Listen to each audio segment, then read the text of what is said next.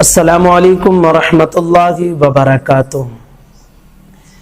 Actor Irfan Khan کے حوالے سے کل ہم نے ایک ویڈیو بنائی تھی اور جس میں میں نے حکم شرع یہ واضح کیا تھا کہ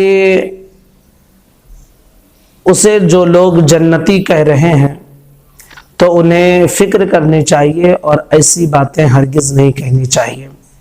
اس طرح باتیں جو ہے میں نے آپ کے سامنے رکھی تھی، لیکن ہمارے کچھ ساتھی ہیں جو غالباً ان کے فالوور ہوں گے اور عرفان خان کی محبت ان کے دل میں رچی بسی ہوگی، انہیں یہ بات ہضم نہیں ہوئی اور وہ کہنے لگے کہ آپ کو کیا حق بنتا ہے کہ آپ کسی کے جنتی ہونے یا جہنمی ہونے کا فیصلہ کر دیں، یہ تو اللہ کے اختیار میں ہے۔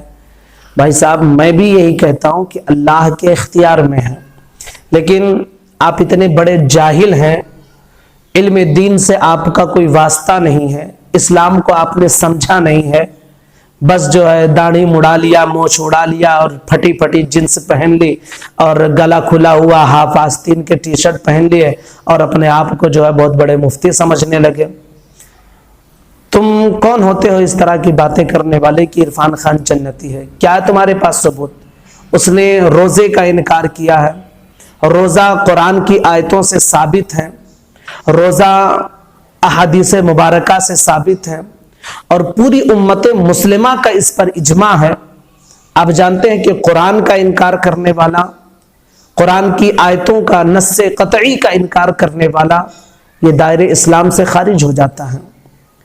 اس نے روزوں کا انکار کیا ہے اور قربانی کا انکار کیا ہے، اور اس کے بعد اس کے اقوال تو یہ تھے انکار کیا، اور افعال کام اس نے جو کیا ہے، کہیں ماتھا ٹیک رہا ہے، کہیں مندر پہ اپنا سر جھکا رہا ہے، کسی ماتا کے سامنے ہاتھ جھکا رہا ہے، سر جھکائے ہاتھ باندھے کھڑا ہے اور ورمالا پہنے ہوئے ہے، نہ جانے کون کون سے کفریہ کام کیے ہوئے ہیں، اور آپ اسے جنتی ہونے کی بشارت دے رہے ہیں۔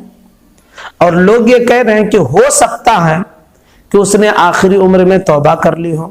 تو بھائی صاحب، ابھی کل رشی کپور کا بھی جو ہے انتقال ہوا ہے، وہ بھی مرا ہے، تو آپ یہ کہیے نا کہ رشی کپور جنتی ہے۔ ہو سکتا ہے آخری وقت میں اس نے بھی توبہ کر لیا اور اسلام قبول کر لیا ہو، آپ یہ کہیے نا۔ یہ تو آپ کی ہمت نہیں ہوگی۔ کیوں آخری وقت میں وہ توبہ نہیں کر سکتا ہے، وہ اسلام نہیں لا سکتا؟ لا سکتا ہے، لیکن آپ اتنے بڑے جاہل ہیں، بے وقوف ہیں، شریعت اسلامیہ سے نادان ہیں۔ جو انسان زندگی بھر جو کام کرتا ہے اسی بنیاد پر اس کے ساتھ وہی حکم لگایا جاتا ہے جب تک کہ اس کا توبہ نامہ لوگوں کے سامنے نہ آ جائے۔ یہی تو وجہ ہے کہ اگر ایک مسلمان زندگی بھر مسلمان رہے لیکن کسی کو یہ پتہ نہیں ہوتا ہے کہ اس کا خاتمہ جو ہے ایمان پر ہوا ہے یا نہیں ہوا ہے، کسی کو نہیں معلوم ہوتا ہے، لیکن زندگی بھر وہ مسلمان رہا، تو اب اسی حسن ظن کی بنیاد پر اسے مسلمانوں کے قبرستان میں دفن کیا جاتا ہے، نہ کہ شمشان گھاٹ میں اسے جلایا جاتا ہے ہندوؤں کی طرح۔ کیوں؟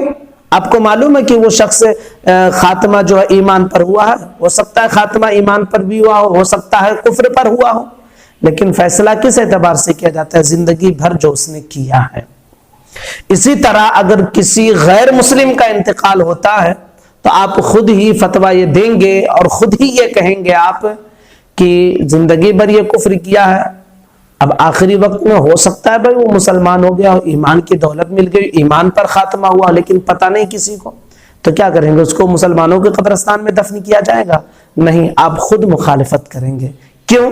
اس لیے کہ زندگی بھر اس نے جو کیا اسی کے اعتبار سے فیصلہ لیا جاتا۔ ہاں، اگر کوئی زندگی بھر کفر کرتا رہا اور اس کے بعد میں آخری عمر میں آ کے اس نے توبہ کر لیا، سچے دل سے اسلام کو مان لیا، تو اب اس بات کو نہیں مانا جائے گا جو اس نے آخری عمر میں توبہ کیا، اس کو مانا جائے گا۔